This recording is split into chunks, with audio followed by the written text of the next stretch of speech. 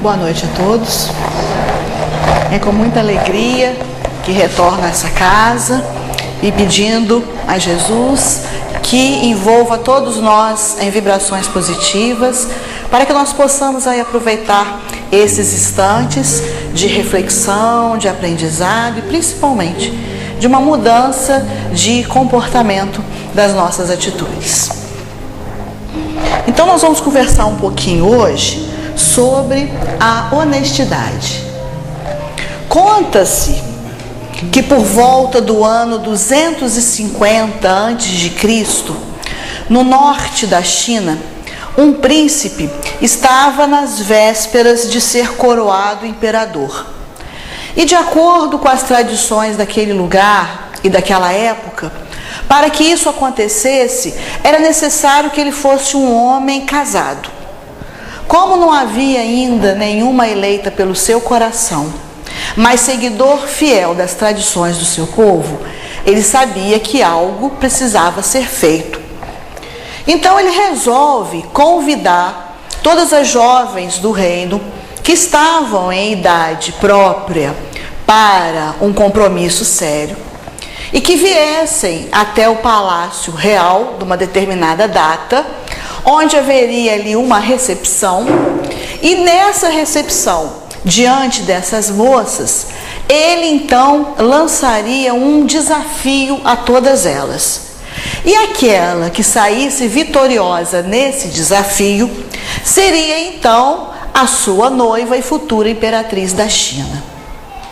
Uma senhora que já trabalhava lá nesse palácio há muitos anos, ouvindo os comentários, vendo a preparação, tomando conhecimento do que estava para acontecer, ficou um pouco apreensiva, porque ela sabia que a sua única filha nutria um sentimento muito profundo pelo príncipe. Embora fosse um amor não correspondido e de classe social muito diferente, a jovem tinha esse sentimento pelo príncipe. E a mãe sabia que ela tinha algumas esperanças, muito natural para a idade, mas que naquele momento, diante do que estava para acontecer, as suas esperanças chegariam ao fim. No final, então, do dia de trabalho, quando essa senhora chegou em casa, ela foi logo contar para a filha o que estava para acontecer. E já esperava que a filha ia ficar muito decepcionada, ia ficar triste, ou ia ficar até mesmo muito chorosa. Mas qual não foi a surpresa da mãe, quando a filha ficou numa alegria incrível, ficou muito entusiasmada. E a mãe então pergunta para ela: mas por que essa alegria toda? Você não está pensando em ir lá no castelo no dia dessa recepção que o príncipe vai fazer? E a jovem disse: estou. Você está maluca? O que você vai fazer lá? Nesse dia estarão lá todas as mais belas e ricas jovens do reino. Seja lá qual for o desafio que o príncipe lançar, são essas moças que poderão sair vitoriosas e não você. E a jovem então disse para a mãe: mamãe, pensa bem, essa vai ser a única oportunidade que eu vou ter de ficar perto do príncipe. Ele vai lançar esse desafio, uma jovem, claro, vai ganhar, ele vai se casar e eu nunca mais vou conseguir nem chegar perto dele. Então eu não posso perder essa oportunidade. O amor é lindo, né, gente? Eu perder essa oportunidade de chegar lá e ficar do lado dele, vê-lo de pertinho. A mãe sabia que a jovem era uma menina persistente, que quando queria uma coisa ela ia até o fim. Então viu que não ia conseguir tirar isso da ideia dela. A mãe então tratou de fazer um vestido bonito para que ela não se apresentasse feia lá no dia da recepção. E chegado o dia, ela foi, a nossa jovem, para a recepção no palácio. Chegando lá, ela viu que a sua mãe tinha razão. Realmente lá estavam as mais belas e ricas jovens do reino. Cada uma mais bonita do que a outra, cada uma com um enfeite mais rico do que a outra, né? Um brinco de ouro, um anel de diamantes, uma tiara brilhando na cabeça, vestidos lindos, magníficos. E a nossa jovem ficou encantada com tudo aquilo que ela estava vendo ali. O palácio também, né? A mobília, tudo lá era muito encantador. No horário marcado, prezando pela pontualidade também, o príncipe então aparece. E diante de todas as jovens, ele então explica o motivo da presença delas ali, que elas já sabiam, e fala então que vai ter um desafio. E que aquela que vencer o desafio vai ser a sua futura noiva. E o que era esse desafio? Ele falou o seguinte: cada uma de vocês vai receber uma semente. E vocês terão o prazo de 6 meses para cultivar essa semente. No final desse prazo, teremos uma nova recepção. Aquela jovem que no final desses 6 meses me trouxer a mais bela flor entre todas, será escolhida minha futura noiva. Nossa, as moças ficaram numa alegria danada, né? Primeiro porque esse ato de cultivar alguma coisa é muito próprio dos chineses. E a moça da nossa história, mais feliz ainda ficou, porque ela viu que era algo que ela estava em pé de igualdade com as outras, que ela podia conseguir. Mesmo não entendendo muito de jardinagem, semear, né? E colher, tentar cuidar de uma plantinha não é uma coisa muito difícil assim. Ela então chega em casa com a sua semente e conta tudo para sua mãe. E no dia seguinte já começa a arrumar um vaso, colocar terra, colocar adubo, colocar a sementinha naquela terra e começar a cuidar. E a mãe dizia para ela: não vai fazer mais nada na vida agora, é só cuidar dessa semente, né? E a menina dizia: mamãe, se eu cuidar dessa semente na proporção do amor que eu sinto pelo príncipe, não precisarei me preocupar, que a flor que vai nascer vai ser muito bonita. E os dias foram passando e a nossa jovem lá, cuidando, né, da sementinha dela. Só que uma coisa estranha acontecia, porque conforme o tempo passava, não surgia nada naquele vaso. Nenhum broto nascia, né? Parecia que a semente nem se rasgava, não acontecia nada. A jovem então achava: não, vai ver que esse vaso não está bom, trocava. Se era o maior, ela botava no menor, se era menor, ela botava no maior. Se era muita água, ela começava a aguar menos. Se era falta de sol, ela começava a colocar mais do sol. E ela ia tentando contornar a situação dentro daquilo que ela conhecia, para ver se uma hora aquela semente germinava. Com isso, passaram-se 3 meses e nada nasceu daquela semente. A mãe já começou a ficar preocupada, porque a mãe nessa hora já começa a ficar preocupada, né? Já falou, começou a coçar a cabeça, falou: e agora? Minha filha, desiste desse negócio. Tem 3 meses que você está pelejando com essa semente aí, não brotou nada. Para que você vai continuar investindo seu tempo nisso? Deixa isso para lá, vai tocar a sua vida. E a jovem falou: mamãe, já pensou se é uma semente diferente? Já pensou que é uma semente que precisa ser cultivada durante 3 meses para só depois ela começar a germinar? E aí o meu trabalho vai por terra, o que eu fiz até agora? Não, eu ainda tenho 3 meses pela frente e eu vou continuar cuidando dessa semente. E ela continuou. Com isso, encerrou o 4º mês, o 5º mês, o 6º mês chegou. Os arautos começaram a avisar que era o dia da recepção, que as jovens tinham que voltar lá no castelo com as flores. E a mãe da nossa jovem já pensou que ela tinha desistido da ideia. Estava lá cuidando dos seus afazeres, quando de repente ela olha, o que ela vê? A sua filha, com aquele mesmo vestido da outra vez, bem vestida, bem arrumada e com um vaso na mão, um vaso vazio, porque não tinha flor nenhuma brotada ali. A mãe então falou para ela: você vai lá assim, sem flor nenhuma nesse vaso, vai passar vergonha, né? Naquela época não tinha bullying, mas ela ia sofrer bullying, né? Você vai lá assim. E a jovem disse para a mãe: mamãe, agora com certeza será a última vez que terei a oportunidade de ficar perto do príncipe, não posso perder essa chance. Chegando lá, terão realmente várias flores bonitas, ele vai escolher uma, vai se casar com ela e eu não vou mais ter chance. Mas eu não posso perder a oportunidade de novo entrar no palácio real e de novo ficar perto do príncipe. A mãe então tinha que ficar rezando, né? Para não sofrer coisa pior lá com a menina, e permitiu que a sua filha fosse para o palácio. Chegando lá, o que a nossa jovem viu? Novamente, as mais belas e ricas jovens do reino lá estavam. Só que agora tinha uma coisa especial. Cada uma delas trazia uma flor mais bonita do que a outra.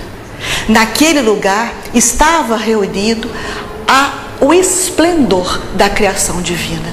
Como é que podiam existir flores tão belas, tão diferentes uma das outras, cores inimagináveis? A nossa jovem ficou admirada da beleza que ela estava assistindo e pensava consigo mesmo: o príncipe vai ter trabalho para escolher a flor mais bonita de todas, entre tantas flores belas. Marcado então o horário, o príncipe pede então que todas as moças que estavam ali no salão com o seu vaso de flor fizessem um semicírculo. Ele então vai passando perto de cada uma delas, olha o suspiro da nossa jovem, cada uma delas observando as flores para ele poder escolher aquela que ele achou mais bela. E aí, quando ele termina de olhar todas elas, se aproxima e pede para que um dos seus ajudantes traga para perto dele a jovem que ele escolheu. E para surpresa de todos, quem é a jovem que ele escolheu?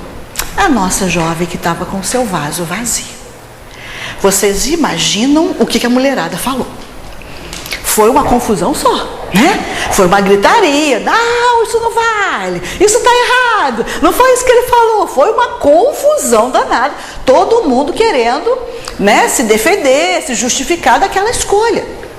Ele então espera que os ânimos serenem, que os ânimos se acalmem e diz para todo mundo assim: essa jovem que está aqui do meu lado, com esse vaso sem flor nenhuma, carrega a flor mais bela de todas. Porque ela está trazendo aqui a flor da honestidade. Porque todas as sementes que vocês receberam estavam queimadas. Portanto, nenhuma flor podia ter nascido, podia ter brotado. E aquela jovem que levou o seu vaso porque realmente não conseguiu fazer com que a semente germinasse, foi escolhida a noiva do príncipe e foi coroada a imperatriz da China. É claro que é uma história, é uma lenda chinesa.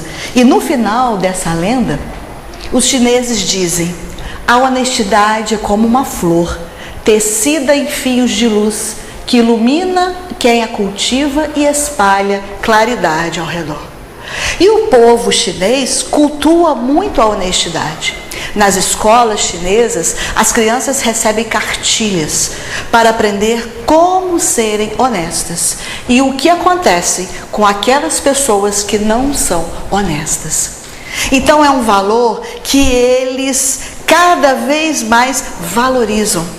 E isso é uma virtude que precisa ser ampliada, que precisa ser espalhada por todo o nosso planeta. Nós precisamos nos tornar pessoas realmente mais honestas. O que vem a ser então a honestidade? O dicionário nos diz que é a característica ou particularidade de honesto, qualidade de quem demonstra honradez, que age de acordo com os princípios da moral vigente. Mas afinal de contas, que honradez é essa? Que moral vigente é essa? Allan Kardec pergunta no Livro dos Espíritos, na questão 629, para os amigos espirituais: que definição a gente pode ter ou pode se dar da palavra moral, já que a honestidade está ligada à moralidade? E eles respondem: a moral é a regra de bem proceder. Isso é, de distinguir o bem do mal. Funda-se na observância da lei de Deus. O homem procede bem quando tudo faz pelo bem de todos, porque então cumpre a lei de Deus. Então, para que nós possamos ser pessoas que vamos trabalhar com a nossa moral, nós precisamos ter a regra de bem proceder. Então, aquilo que é certo, é moral. É ético, é honesto. Aquilo que não for certo, é imoral, é antiético, é desonesto. Então, no fundo, cada um de nós sabe exatamente quando estamos agindo com honestidade e quando estamos agindo com desonestidade. Ah, mas o mundo hoje em dia está de pernas para o ar, mas nós estamos vendo tanta situação de desonestidade, mas nós estamos vendo um reflexo de nós mesmos. Nós fazemos parte dessa sociedade. Se nós estamos encarando uma situação de desonestidade, É porque nós ainda somos desonestos. Senão nós não estaríamos passando por isso.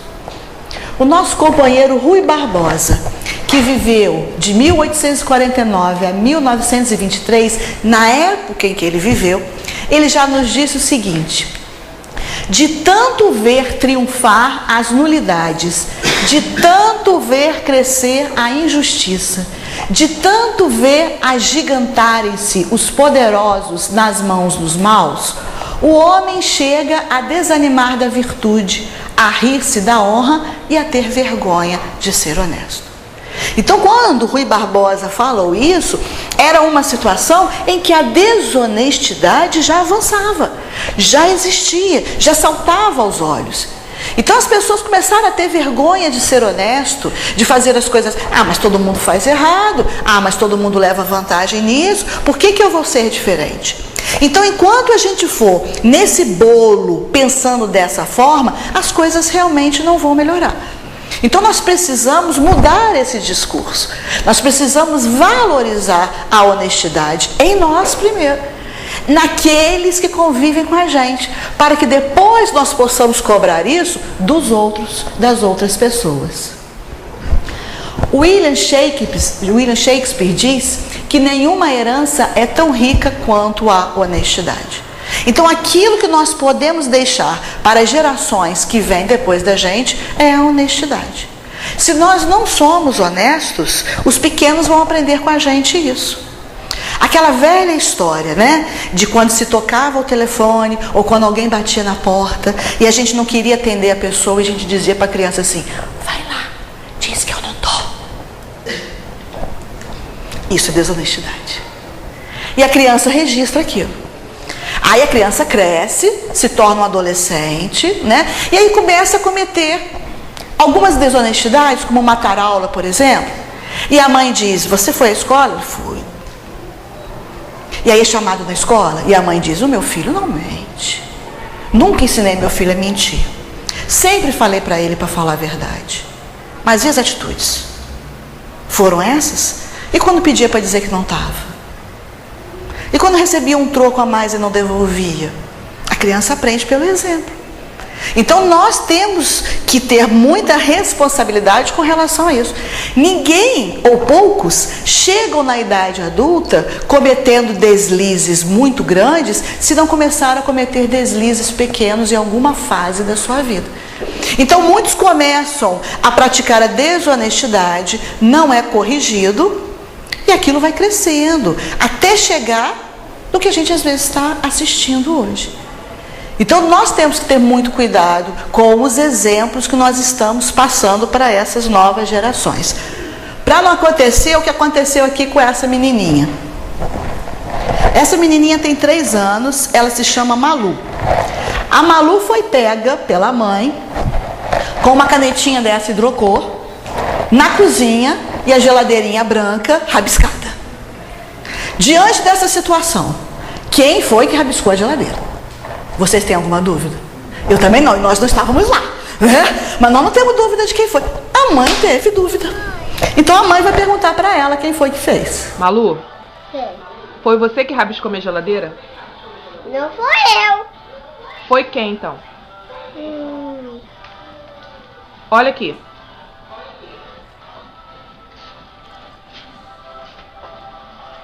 Foi eu. Quem fez isso? Olha pra mim. Foi você que rabiscou minha geladeira? Mãe, vem cá. Não sabe? O que é isso na sua mão? Você pensando. Eu tô pensando. Mãe, tô Oi. pensando.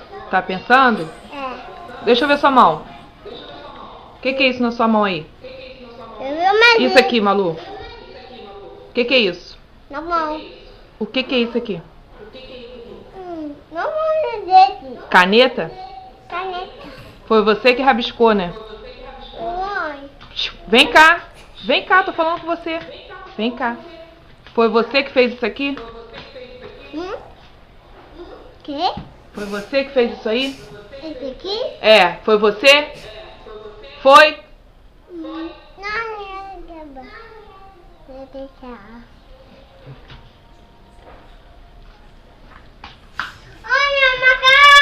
Não disfarça não. Fecha isso aí. Não disfarça. Que macarrão? Eu quero saber se foi você que rabiscou a geladeira. Aqui. É. Aí. Foi você? Não foi eu, era ali. Bolinha. Ah, você fez bolinha? É. Pode rabiscar a geladeira? Deixa eu deixar. Deixa eu pensar, mole. Olha pra mim. Pede desculpa. Pede desculpa agora. Desculpa, mãe. A dificuldade é qual? Quando a gente pergunta isso, até mesmo para nós que somos adultos, né? Quando a gente faz alguma coisa errada e a gente é descoberta, a gente fica com medo de falar. Porque a gente tem com medo de quê? Das consequências. Então ela ficou com medo, ela sabia que estava errado. E estava com medo do castigo, ou da palmada que ia levar. Então ela fica pensando, né? Foi a estratégia dela para não assumir a responsabilidade. Porque isso acontece com a gente. Se eu chegar aqui hoje e falar, nossa, que mesa linda. Quem foi que arrumou? 10 mãos levantam. Nossa, quem foi que arrumou essa mesa desse jeito hoje? Ninguém aparece. A gente guarda lá o último pedaço do pudim na geladeira. Gente, eu sou doida com pudim, né? Então, às vezes é o último, eu escondo para ninguém comer. Pego na hora que eu chegar, eu poder comer. Aí eu chego lá, cadê o pudim que eu tinha escondido na geladeira? Aí eu pergunto, quem foi que comeu? Não foi ninguém. Engraçado, né? Não fui eu nem as pessoas que moram comigo na minha casa. Simplesmente ele desmaterializou, né? Porque a pessoa fica com receio de falar, fui eu. Então, o que a mamãe da Malu tinha que ter feito aqui? Conversado com a Malu. Malu, você desenhou na geladeira? A geladeira não é lugar de desenhar. O lugar de desenhar é no caderno, é no papel. Vamos agora limpar a geladeira? Pegar um pano e mostrar. Para que a Malu entenda que toda causa, todo ato tem uma consequência. Tudo aquilo que a gente faz, tanto de bom quanto de ruim, aquilo tem uma consequência. Então, quando a gente vai optar por fazer algo ruim ou negativo, nós temos que estar preparados para assumir as consequências daquele ato. Se eu estou vendo que a placa diz proibido estacionar, eu coloco o meu carro ali, eu não tenho que reclamar do guarda de trânsito, de ter me multado. E a gente faz isso. Parei aqui 2 minutos, ele me multou. Mas peraí, estava escrito ali que 2 minutos por dia? A gente faz isso. Se não pode, não pode. Se é proibido, é proibido. Existe um motivo para aquela proibição. Então nós precisamos respeitar. Então quando a gente vai transgredindo essas pequenas regras, isso fica complicado. Então é necessário que a gente converse, que a gente explique, para que a criança possa compreender. Chegou da escola com um objeto que não é seu, por que essa borracha está fazendo aí? Ah, eu ganhei. Ganhou de quem? Por que alguém te deu? Qual foi o motivo? E averiguar se aquilo ali está certo. Mas o que a gente faz muitas vezes? Não vou lá na escola, uma borracha? Quanto custa uma borracha? Tão baratinho, né? Deixa para lá. E a gente deixa passar batido. E aí, daí a pouco, essa criança, esse jovem, quando cresce, ele pode estar tirando uma bala da loja americana, ou furtando uma outra coisa em um outro lugar. E quando a gente se depara, a situação já cresceu muito. Então nós precisamos estar atentos nos nossos comportamentos, nas nossas atitudes e aquilo que nós estamos passando para as novas gerações. Para quê? Para que no futuro aconteça uma cena dessa. 2 crianças, um mais calminho, o outro mais encapetado, né? O calminho passa, esbarra e quebra o vaso de flor. Aí o pai diz, o seu irmão vive quebrando as coisas. E aí o menino diz, não pai, fui eu que quebrei. Porque dá vontade de falar, foi ele mesmo, deixar o outro levar a culpa. Quem sabe nós já fizemos isso na nossa infância também? Então, por que não assumir as nossas responsabilidades? Olha, eu deixei esbarrar, vou ser mais atencioso, né? Foi sem querer, passei correndo, eu chutei uma bola, a bola quebrou. Explicar a situação. E assumir a consequência daquele ato ali, para a gente poder viver numa sociedade mais honesta. Gandhi dizia essa frase que eu acho ela bárbara. Seja a mudança que você deseja ver no mundo. Eu queria tanto que meu país fosse um país melhor. Eu queria tanto que os políticos do Brasil fossem mais honestos. Então começa com a gente. A gente está pagando imposto de renda certinho ou a gente está sonegando? A gente está devolvendo o troco certo? A gente está subornando? A gente já parou com esse negócio de atestado falso para justificar a falta no trabalho? O que nós estamos fazendo? Se nós queremos viver numa sociedade melhor, se nós queremos que a sociedade mude, a mudança tem que começar na gente. E aí tem uma história fantástica com relação a Gandhi, né? Gandhi era um orientador do seu povo na Índia, não só para levantar a bandeira da paz, para tentar a independência da Índia sem guerra, sem violência, né, para a separação da Índia da Inglaterra, mas ele tinha uma posição de destaque muito grande entre os seus. Então, Gandhi recebia milhares e milhares de pessoas todos os dias para orientação espiritual, emocional, física, o que fosse. Então as pessoas enfrentavam horas na fila, assim como há pouco tempo faziam também com Chico Xavier, né, para tentar uma carta de um ente querido. Eram filas enormes, as pessoas querendo falar com Gandhi. E numa dessas vezes estava na fila uma senhora com seu filho de 8, 9 anos de idade. Ela demorou horas para ser atendida e quando chegou na vez dela, Gandhi falou: minha irmã, o que eu posso fazer por você? E a mãe disse: por favor, Gandhi, peça ao meu filho para que pare de comer açúcar. Santo de casa não faz milagre. A mãe já devia estar pedindo o menino para parar de comer açúcar e o menino não parava. Então ela resolveu levar para Gandhi. Mas por que aquela mãe falou isso naquele dia, naquela época? A Índia ainda hoje é um país que não está muito avançada na parte tecnológica. E com isso nem na parte de saúde, nem saúde bucal. Na época de Gandhi a coisa ainda era pior. Então as pessoas não tinham condições de ir ao dentista. A água não era com flúor para evitar cáries. E os dentistas que existiam, caríssimos, que a população não podia pagar um tratamento. Quando se consome muito açúcar, o que acontece? Aumenta-se o número de cáries. Se não se pode tratar essa cárie porque não tem recurso ou não tem dinheiro, essa cárie acaba sendo uma porta para a infecção. Então muitas pessoas adquiriam uma infecção que entrava pela cárie, pelo buraco do dente, que ia na corrente sanguínea e acabava levando a óbito as pessoas. Então as pessoas desencarnavam às vezes por uma infecção de dente, uma infecção no dente. Então aquela mãe que não tinha recursos financeiros para um tratamento odontológico foi pedir a Gandhi que pedisse ao filho para parar de comer açúcar. Era o mais fácil para ela naquele momento. Então tinha uma razão de ser aqui. Gandhi olha para a mãe, olha para o menino e fala para ela assim: por favor, volte daqui a 2 semanas. A mãe aceitou aquilo e foi embora. Daí a 2 semanas ela volta de novo, enfrenta aquela fila quilométrica, espera horas, chega na vez dela, ela repete de novo o que ela queria. Gandhi então, sentado, né, naquela esteira, pede o menino para ajoelhar, coloca as mãos no ombro do menino, olha nos olhos dele e fala: meu filho, para o bem da sua saúde, pare de comer açúcar. O menino abaixa a cabeça, como se estivesse consentindo com aquilo, e já ia saindo com a mãe. Aí a mãe ficou meio injuriada, porque ela achou que aquilo ele podia ter falado antes. Aí ela volta: escuta aqui, seu Gandhi, para falar isso que o senhor falou hoje, o senhor não podia ter falado isso há 15 dias atrás, quando eu estive aqui, não? Aí Gandhi olhou para ela e falou assim: não, minha senhora, eu não podia dizer isso há 15 dias atrás, porque até 15 dias atrás eu também comia açúcar. Isso é honestidade. É dar um conselho, mas vivenciar aquilo. Naquele momento ele não podia dizer para o menino não come açúcar se ele fazia ingestão do açúcar. Então ele não estava sendo honesto. Ele não estava sendo, nas palavras do Zé Raul Teixeira, coerente. Zé Raul Teixeira diz que a honestidade é a virtude da coerência. Ser honesto é ser coerente. E aí o Zé Raul diz: como é que pode um médico pneumologista que trata dos pulmões trazer um maço de cigarro no bolso do seu jaleco? Ele não está sendo coerente. Como é que ele vai dizer para um paciente que faz mal fumar se ele fuma? Como é que alguém, né, que vai pregar a paz é alguém que provoca a guerra dentro do seu ambiente doméstico, dentro do seu ambiente de trabalho? Isso não é coerência. Se não é coerente, não é honesto. Então a honestidade, ela é a virtude da coerência. Temos que agir de acordo com aquilo que nós achamos correto.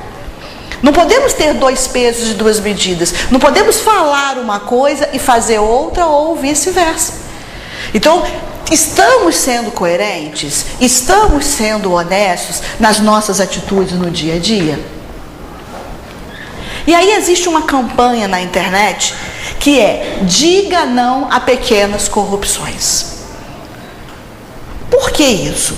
Porque a coisa chegou no âmbito das autoridades de tal forma que a gente não pode mais jogar para baixo do tapete as nossas corrupções diárias. Então, esse momento que o nosso país está vivendo é um momento ótimo de reflexão, de limpeza e de retomada, para a gente não ser mais aquele jeitinho brasileiro. Não tem negócio de jeitinho brasileiro, não. O jeitinho é um só, é da honestidade, é da coerência. Então nós temos que acabar com um monte de coisa que a gente já fez ou ainda faz até hoje. E ali a gente tem só algumas. Falsificar a carteirinha de estudante, que é uma coisa hoje que, como é feito pelo computador, é um pouco mais difícil, né? Porque se tira a fotografia na hora, já vem tudo impresso. Mas quando eu estudava, e isso não faz muito tempo, foi ontem, né? A carteirinha de estudante a gente conseguia. A gente tinha técnica, né? Para a gente poder mudar o ano de nascimento, para poder pagar a meia no cinema, para entrar num filme que era para 18, a gente entrava com 17, com 16. E outras coisas, falsificar a assinatura de mãe ou pai no boletim que não estava legal, roubar TV a cabo. Então o vizinho vai lá e instala a TV. Hoje isso já é um pouco mais difícil, porque eles estão conseguindo prender o sinal. Mas quando as televisões fechadas, elas começaram no país, o sinal vazava. Eu sei porque tinha uma época que a minha vizinha tinha e eu não tinha lá em casa. E o tal do Discover Kids pegava lá em casa, meus filhos eram pequenos. Só que eles só podiam assistir quando a vizinha, os filhos da vizinha estavam assistindo. Não era qualquer hora não, né? Porque o sinal vazava. Então pegava lá em casa, então eles ficavam com a televisão ligada. Entravam e já sentavam lá para assistir. Às vezes acabava no meio do desenho, o vizinho desligava e eles não conseguiam ver o desenho todo, né? Mas é porque vazava o sinal. E aí o que se fazia? O que hoje em dia isso já está mais difícil. Existem milícias que acabavam cobrando, né? Então, por exemplo, né? Se esse sinal vazasse para o meu prédio inteiro e chegava lá um gaiato e começasse a cobrar da gente pelo sinal daquele vizinho que já estava pagando. Então é isso aí que é roubar TV a cabo. Né? Não sei se aqui em Matias tem, mas no Rio de Janeiro, Juiz de Fora não tem não. Mas lá no Rio de Janeiro tem muito, que chama até gato net. Eu sei porque eu estava uma vez visitando uma prima e chegou lá. Gato net. Eu falei, o que é isso? Aí, é o gato, veio cobrar o quê? A minha televisão. Eu falei, mas você tem? Ué, tem o gato net, quer dizer, é de alguém que tem, eles conseguem pegar o sinal e cobram, com boleto, tudo direitinho, gente. Aí, claro que é um preço mais barato, né? Então, se a Sky custa lá, vamos supor, 120, esse gato net é metade. Então, quem não pode pagar 120, paga metade. Isso aí, não acontece fazendo. Isso é desonesto. Isso é roubo. Isso não está certo de fazer, né? Comprar produtos falsificados. Peraí, né? Mas o produto que não é falsificado, ele é muito caro. Falsificado é tão baratinho. Eu vou ali no camelô, pego um óculos, coloco ali, vejo qual que eu estou enxergando, mas tem que ser mais barato. É falso. Ele não paga imposto. Ele não paga todas as etapas da fabricação daquilo ali. Porque o original, ele chega mais caro porque a mão de obra que foi utilizada e os impostos nesse caminho até chegar ali é muito mais caro, igual um CD. Né? O cara tem que pagar estúdio, ele tem que pagar músico, ele tem que pagar imposto, ele tem que pagar tudo para fazer aquele CD, a capa e tudo, até chegar nas distribuidoras, nas lojas para poder vender o CD. O outro vai ali, compra um CD virgem, vai lá no computador e grava do outro. Tem que ser mais barato falsificar. Mas por que se falsifica? Porque tem gente que compra. No dia que ninguém mais comprar, não vai ter mais. Mas espera aí, como é que eu vou fazer? Eu não tenho dinheiro para comprar o original. Se eu comprar o falsificado, eu estou sendo desonesto. O que eu faço? Não compro. A gente tem que aprender a viver com aquilo que a gente tem. Então, se eu quero uma coisa, mas eu não posso comprar o original, então eu não devo comprar o falsificado. Aí eu vou acabar com esse comércio de coisas falsificadas. Fura fila, isso aqui ninguém faz, a gente nem precisa comentar, né? Porque isso aí a gente já não faz mais isso, que fura fila. Mas pelo amor de Deus, eu estou vendo fulano ali na frente, né? Olha lá, tá ali, eu estou apressado. Mas quem garante que quem está na outra frente não está apressado também?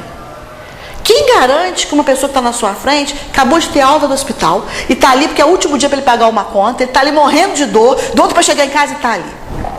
A gente não sabe a situação do outro. Às vezes a situação é mais conflitante do que a nossa. E nós temos o direito de passar na frente, de furar uma fila? Muito pelo contrário. Nós devemos sim dar a vez para quem está atrás da gente e que precisa. Que é uma pessoa que está com dificuldade, é uma pessoa com a idade avançada. Então é isso que a gente tem que fazer. E não furar fila. Tentar subornar o guarda para evitar multas. Polícia Rodoviária Federal, então, gente, é uma coisa de louco. Por quê? Porque o que passa de caminhões, às vezes sem nota fiscal, a polícia para. Cadê a nota? Não tem. Aí o que o motorista fala? Não, mas olha só, estou com uma mercadoria aí disso, daquilo, te dou uma caixa, você me deixa passar. Isso eu ouvi de um policial de rodoviário federal. Aí se o cara quiser, ele aceita. Se ele não quiser, ele não aceita. Vai estar na consciência dele. Agora, se a pessoa não está, olha, realmente não tenho nota fiscal, não está, você pode me multar que você está certo, mereço uma multa. Então, olha quantas coisas que nós fazemos. Colar na prova, que é uma desonestidade maior do que essa? Eu não sei aquilo ali. E eu estou usando de um artifício para dizer que eu sei. Estou enganando a quem? Ao professor? Isso é a coisa mais, irreal que pode acontecer. A gente está enganando a gente mesmo. Aí depois vem aquele resultado que não corresponde à realidade. Bater ponto pelo colega de trabalho, aí o que a tecnologia teve que fazer? O ponto agora tem que vir com uma câmera para poder filmar o rosto da criatura. Porque o que todo mundo fazia? Passava 10 cartões. Então agora veio a biometria, agora veio... Então a tecnologia tem que ficar descobrindo novas fórmulas de tentar fazer com que as pessoas não sejam o quê? Fraudulentas. Onde não tinha uma necessidade da gente fazer isso. Apresentar atestado médico falso. Então, o errado é errado, mesmo que todo mundo esteja fazendo. Ah, mas todo mundo faz isso, mas é errado. E o certo é certo, mesmo que ninguém esteja fazendo. Não sou eu. Mas eu estou fazendo o certo. Agora, se cada um de nós fizer só o certo, olha que beleza. Olha o mundo que nós vamos viver. Se cada um pensar assim, aí o mundo, o planeta de regeneração vai vir rapidinho. Então, quem quer a mudança? Todo mundo levando o braço. Quem quer um Brasil melhor? Todo mundo quer. Mas quem quer mudar? Olha lá, todo mundo borocochô. Ah, mas eu vou ter que abrir mão disso? Eu não vou poder ganhar isso? Eu não vou poder levar vantagem nisso? Então eu não sei se eu vou querer a mudança. Uma vez perguntaram para Edivaldo sobre essa crise que nós estamos atravessando. Edivaldo disse que a grande crise da humanidade é o ser humano, é a crise moral. Essa crise que nós estamos vivendo, ela não é econômica, ela não é política, ela não é financeira, ela é moral, é a ética. São esses valores, que estão ainda lá embaixo do tapete, que a gente tem que sacudir e deixar levantar e deixar passar para fora. E uma outra coisa que ele diz também, que as pessoas reclamam muito com ele a respeito do Brasil. E ele diz assim: o Brasil, nos últimos tempos, está sendo muito bem iluminado. Luzes jorrando em cima do nosso país. A gente tá doido, né? Tá ficando meio lelé da cuca. O negócio está de perna pro ar e ele está dizendo que está com luzes. Aí diz que os amigos espirituais disseram o seguinte: entra num quarto escuro. Você consegue enxergar a sujeira? Não. Acende todas as lâmpadas daquele quarto escuro. Você vai ver teia de aranha até onde você não imaginava. Então, por isso que o nosso país está sendo bem iluminado. Porque nós estamos enxergando todo tipo de sujeira. Então, temos que fazer alguma coisa com isso agora. Então, o país não está no caos, o país não está no fundo do poço, o país não está no buraco, não está. Primeiro, porque quem governa esse planeta é o cara, que é Jesus. Então, a gente não está aí abandonado, não. E se essas coisas estão acontecendo, é porque nós estamos precisando passar por elas. Senão, nós teríamos renascido num país diferente. Existe um órgão que chama Transparência Internacional. Todos os anos, eles medem o nível de corrupção dos países do mundo. Essa tabelinha aí que eu trouxe hoje é de 2016, que saiu agora, em janeiro de 2017. Em janeiro de 2018, provavelmente vai sair o ranking desse ano, de 2017. Então, o que eles fazem? Eles vão pesquisar tanto os políticos, o governo desses países, quanto a população também. Então, nesse aí, foram, se eu não me engano, 176 países que foram estudados, o nível de honestidade neles. Então, os 10 países mais honestos do mundo. O primeiro é a Dinamarca, já passou no Fantástico, já passou no Globo Repórter. Então, a gente vê que aquilo ali é um espetáculo danado. Finlândia, Suécia, Nova Zelândia, Holanda, Noruega, Suíça, Singapura, Canadá e Alemanha. Então, nesse ranking, são os 10 países mais honestos do mundo. Então, por que eu não nasci na Dinamarca? porque eu não estou preparada para viver num país daquele. Num país onde uma criança pequena vai para a escola de bicicleta, o pai e a mãe não leva. E se ele se perder no meio do caminho, a mãe e o pai têm certeza que ele vai encontrar um estranho que vai ajudá-lo. Acontece isso com a gente aqui? E aí perguntaram, o repórter perguntou para a mãe, mas você tem certeza que vão ajudar? E a mãe respondeu, se eu não puder confiar no próximo, em quem eu vou confiar? Né? Então aí, por isso que nós não nascemos na Dinamarca, gente. Eu queria ter nascido lá, mas não estou preparada. Então eu preciso passar pelas experiências que o meu país está me proporcionando passar. Eu ainda não venci a questão da honestidade. Os amigos, os irmãos que estão reencarnando lá, sim. A Suíça, tem um professor universitário que foi fazer um intercâmbio, foi passar um tempo na Suíça. Chegando lá, ele estava lá já há um tempo e um dia ele foi pegar o metrô.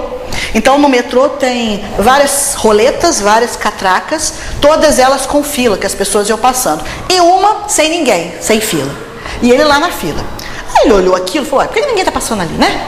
E tinha tipo uma fiscal, uma moça ali perto. E ele foi lá e perguntou para ela, escuta, por que essa catraca aqui está vazia, ninguém está passando? Aí a moça explicou, não, porque essa aqui é o seguinte, as pessoas que por qualquer situação não têm dinheiro para pagar a passagem do metrô, essa roleta fica livre para elas passarem. Então todos os outros tinham dinheiro para pagar. Então naquele momento não tinha ninguém sem dinheiro para passar por ali. E aí ele virou para ela e falou assim, mas espera aí, e se alguém tiver o dinheiro e quiser passar por aqui, como é que fica? Aí ele disse que ela olhou muito para ele, aquele olho bem azul, né? E falou para ele assim, por que alguém faria isso? Por que alguém tendo dinheiro para pagar, passaria num lugar que é para quem não tem? Aí ele disse que assim, voltou quietinho lá pro lugarzinho dele na fila. Olha a mentalidade de brasileiro. É diferente. A gente não pode cogitar que tenha um lugar porque alguém pode ser assaltado, pode perder o dinheiro, pode gastar mais. Não interessa o motivo que eles não tenham dinheiro. Ali é liberado para ele passar. Então é um país onde as pessoas se respeitam. E aí também, o que a gente vai fazer? Eu peguei, o que eu fiz? Eu virei a tabela, né? Porque eu peguei os 10 mais honestos, eu virei, vocês estão preparados, né, gente? Virei para os 10 países mais desonestos do mundo. Ninguém sofre do coração aqui não, né? E aí nós temos os mais desonestos do mundo, olha lá. Somália, Coreia do Norte, né, que também está muito nos noticiários, Afeganistão, Sudão, Sudão do Sul, Líbia, Iraque, Uzbequistão, Turcomenistão e Síria. E cadê aquele paísinho verde e amarelo? Que não, pelo menos não é os 10 mais desonestos do mundo, né? O Brasil nesse ranking ficou no número 76. 76º lugar, né? E ainda tem uns outros do lado dele ali, ele não está sozinho não. Ainda teve um empate ali, de alguns países que às vezes ficam ali. Então, olha, está explicado por que a gente renasceu aqui, por que a gente está reencarnado nesse país. Quando a gente conseguir vencer esses nossos desafios, né, nós vamos conseguir renascer em países mais adiantados. Porque isso faz parte do processo evolutivo, isso faz parte do progresso. Não estamos lá nos primeiros, mas também não estamos nos últimos. Então não estamos num lugar tão ruim assim. Poderíamos estar reencarnados na Síria, poderíamos estar sofrendo numa guerra, poderíamos ter nascido na Somália, estar morrendo de fome. Então nas nossas preces, nas nossas orações, ó Jesus, por que eu não nasci na Dinamarca? Não, Jesus, obrigado por ter nascido no Brasil. Que os amigos espirituais possam jogar mais luz sobre esse país. E que a gente possa sair dessa situação melhor. Que a gente aprenda com isso. Porque a dor, o sofrimento, a dificuldade é educativo. Se não for educativo, não está valendo de nada. Então nós precisamos nos educarmos com relação a isso. No livro Céu e o Inferno, na segunda parte, tem várias situações dos espíritos no mundo espiritual e eles vão falando como é que eles estão lá e Kardec vai selecionando. Espíritos felizes, espíritos de uma condição mediana, espíritos sofredores, criminosos, suicidas, tem de tudo lá. E aí chega uma moça lá na Sociedade de Estudos Espíritas de Paris, onde Kardec reunia, o primeiro centro espírita do mundo, e falou para Kardec assim, eu queria ter notícia do meu avô. Aí eles evocam, né? E esse avô, que se chamava Joseph Bré, tá ali, chega lá e fala, e a menina, e aí vovô, tá feliz, como é que tá as coisas, né? E aí o avô diz que ele tá muito triste, que ele está sofrendo muito. Aí a menina fala assim para Kardec: não é meu avô. Esse espírito aí não é meu avô. Kardec: uai, por quê? Meu avô é um homem honestíssimo. Se tem honestidade, era o meu avô. Como é que ele não está feliz no mundo espiritual? Aí Kardec ficou meio encafifado com aquilo. Evoca novamente aquele espírito. Vamos tirar isso a limpo, vamos saber o que está acontecendo. E aí o espírito vem, então, numa outra comunicação, explicar. E ele fala não só para Neta, né, mas para Kardec e todos os outros ali, que existem dois tipos de honestidade. Tem uma honestidade segundo os homens e uma honestidade segundo Deus. Que a honestidade segundo os homens é aquele que respeita as leis do seu país. Então, um homem que tem 2 e 3 mulheres num país que isso é permitido, ele é honesto. Num país que não é permitido, ele é desonesto. Ele está de acordo com as leis do seu país. Um país onde o apedrejamento é aceito, ele está apedrejando, ele está sendo honesto. O país permite as leis humanas. Mas será que as leis divinas permitem isso?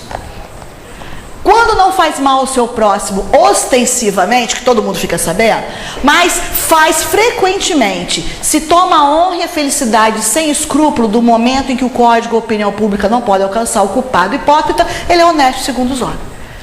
Então aquilo é uma peste, maltrata todo mundo na casa dele, mas do lado de fora é uma simpatia. Ninguém sabe o que ele faz lá dentro. Perante a sociedade, ele é honesto. Está dizendo ali, ó, ele não faz mal ostensivamente, ele não faz na frente de todo mundo. É preciso não haver transgredido as leis divinas. E o que é honestidade segundo Deus? E aí ele diz: aquele que, possuído de abnegação e amor, consagre a existência ao bem. Então, aquela pessoa que procura fazer o bem sempre, em qualquer situação, em qualquer circunstância, ele é honesto segundo Deus. Aquele que, animado de um zelo sem limites, for ativo na vida. Né? Não é sentar e ver a banda passar, é ser ativo, é produzir, é fazer alguma coisa, é seu benefício e benefício do próximo. Ativo no cumprimento dos deveres materiais, ensinando e exemplificando aos outros o amor ao trabalho. Nós fazemos isso. Nós vamos daqui um dia pegar o calendário de 2018 e vamos ver quantos feriados tem, quantas emendas tem. Fazemos ou não fazemos isso? Cadê o nosso amor ao trabalho? Na hora que nós fazemos aquilo com amor, tudo muda de figura. A gente não vê as horas passarem, a gente se sente bem, mas parece que aquilo a gente carrega um peso nas costas. Então é essa desonestidade também. Ativo nas boas ações, ativo na prática do amor de Deus e do próximo. Então esse homem, perante os homens, perante a sociedade, ele era honesto, mas perante as leis divinas, ele não se julgou honesto. Porque ele deixou de fazer muitas dessas coisas. Então, por isso a tristeza dele. A honestidade segundo Deus, ele não conseguiu cumprir. Por isso que ele estava no mundo espiritual, num processo de tristeza profunda. E aí nós temos um exemplo muito bacana também no nosso amigo Chico Xavier, que também passou poucas e boas com relação à honestidade, né? Por quê? Porque ele sempre dizia que as orientações vinham dos espíritos, que os escritos eram dos espíritos, e as pessoas não acreditavam. Quando ele publica o primeiro livro, que é Parnaso de Além Túmulo, com poesias de poetas conhecidos brasileiros e portugueses, foi um auê, uma confusão danada, né? Por quê? Porque como é que pode ali assinado Castro Alves? Como é que pode ali assinado Olavo Bilac? Como é que pode Casimiro de Abreu? Como é que pode uma coisa dessa? Um homem que tinha muito pouca instrução, não tinha capacidade intelectual para fazer aquilo ali. E ele sempre dizendo o tempo todo que não era ele que tinha escrito, que eram os espíritos. E isso foi desde a infância. Isso foi desde a infância. Chega uma fase da vida dele que ele passando muita dificuldade em Pedro Leopoldo. E aí ele precisa sair de lá para ver se consegue um emprego para ajudar a sua família. Então o pai dele conhecia um casal em Belo Horizonte. E o Chico vai passar uns dias na casa desse casal em Belo Horizonte. E esse casal tenta vários contatos para arrumar uma colocação para o Chico, mas não consegue. Aí os dias iam passando, os meses iam passando, o Chico foi ficando agoniado, porque ele estava sentindo um peso morto, dando despesa para aquela família, não arrumava emprego. Ele resolve então voltar para Pedro Leopoldo, que pelo menos, né, vai dar despesa para a família dele lá. E aí ele estava na estação, esperando um trem, o casal deixa ele lá e vai embora. E nisso chegam 2 homens que já tinham conhecido o Chico na casa desse casal. Oi, Chico, o que você está fazendo aí e tal? Esperando o trem, voltava para Pedro Leopoldo. Por quê? Não consegui colocação, vou voltar para lá e tal. Aí um desses homens fala para ele: seu Chico, se você quiser, a gente tem um emprego para você. O olhinho do Chico até brilhou. Emprego? E vai ser um dinheiro bom. Vai dar inclusive para você mandar para ajudar a sua família, e se você quiser até continuar os seus estudos, porque o salário é muito bom. Nossa, o Chico ficou numa felicidade danada. Nossa, se é assim, então eu vou aceitar, né? Eu nem vou embora, nem vou mais pegar o trem para Pedro Leopoldo. Aí ele falou: mas tem uma coisa, Chico. Mas Chico, não, o que é? Você vai ter que dizer que esse livro, Parnaso de Além Túmulo, foi autoria sua, que o livro é seu. Então nós vamos fazer, né, uma nova publicação, vamos colocar o seu nome como autor do livro, vamos vender esse livro e você vai conseguir bastante dinheiro em cima disso. Aí Chico falou com ele: meus irmãos, isso eu não posso fazer, porque eu não tenho nem condições de ter escrito, né? Eu não tenho capacidade para escrever, ninguém nem vai acreditar nisso, porque os meus escritos são simples, não dá para escrever aquilo, isso eu não posso fazer. Aí eles falaram assim: ô Chico, nós já temos uma ideia, o que nós vamos dizer. Você conhece um pássaro que se chama sofrer? É aquele pássarozinho ali. Aí o Chico falou assim: não conheço não. É um pássaro que ele imita o som de outros pássaros. Então se ele escuta o bem-te-vi, ele consegue imitar o som do bem-te-vi. Se ele escuta o sabiá, ele imita o sabiá. O roxinol ele imita.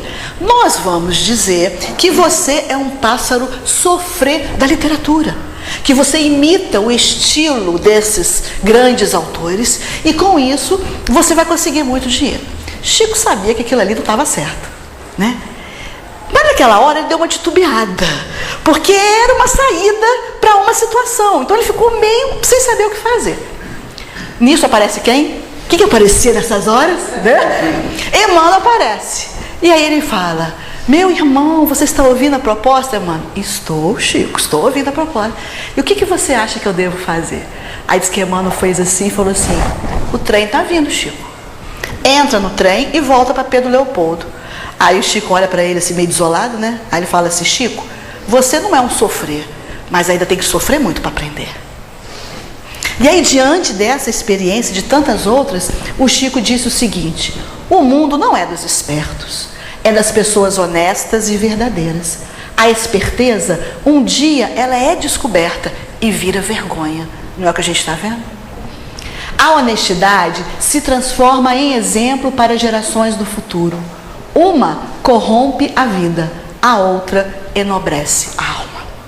Então, se nós queremos ter a alma enobrecida, precisamos valorizar mais a honestidade. E lembrando o que Jesus nos disse, o que ele nos trouxe de informação. Seja o vosso falar sim, sim, não, não. O que ele está querendo dizer com isso? Aquilo que é certo é sim. Eu concordo, eu aceito, eu vou fazer, eu me disponho. Aquilo que é desonesto, aquilo que é errado, aquilo que é equivocado, é não. Não, eu não posso aceitar isso. Não, eu não vou fazer desse jeito. Então Jesus vem dizer para a gente para sermos firmes. Seja o vosso falar, seja o vosso dizer sim, sim para aquilo que é certo e não, não para aquilo que não for certo. Então é a partir disso que nós precisamos nos movimentarmos para que possamos ver no mundo a mudança que a gente está querendo. Mas essa mudança começa onde? Em cada um de nós. E aí nós encerramos com as palavras do nosso companheiro André Luiz. Nossos atos demonstram a proximidade ou a distância em que vivemos da lei divina. Então as nossas atitudes demonstram se estamos próximos de Deus ou se estamos nos afastando de Deus. Se somos honestos ou se somos desonestos. Se estamos valorizando as virtudes ou se estamos abraçando os vícios. Então, meus irmãos, que a gente possa pensar um pouco mais sobre isso, que a gente possa refletir um pouco isso, e quando as situações se apresentarem na nossa frente, que forem de desonestidade, que sejamos fortes e que consigamos superá-las, para que nós possamos realmente viver num planeta regenerado, que significa o quê? Um planeta mais feliz, um planeta do bem, de virtudes e de pessoas que se solidarizam uma com as outras. E nas nossas orações, lembrarmos sempre de orarmos em benefício nosso, do nosso semelhante e do nosso país, para que possamos passar por essa situação e principalmente sair dela mais fortes e mais revigorados. Muita paz para todos nós.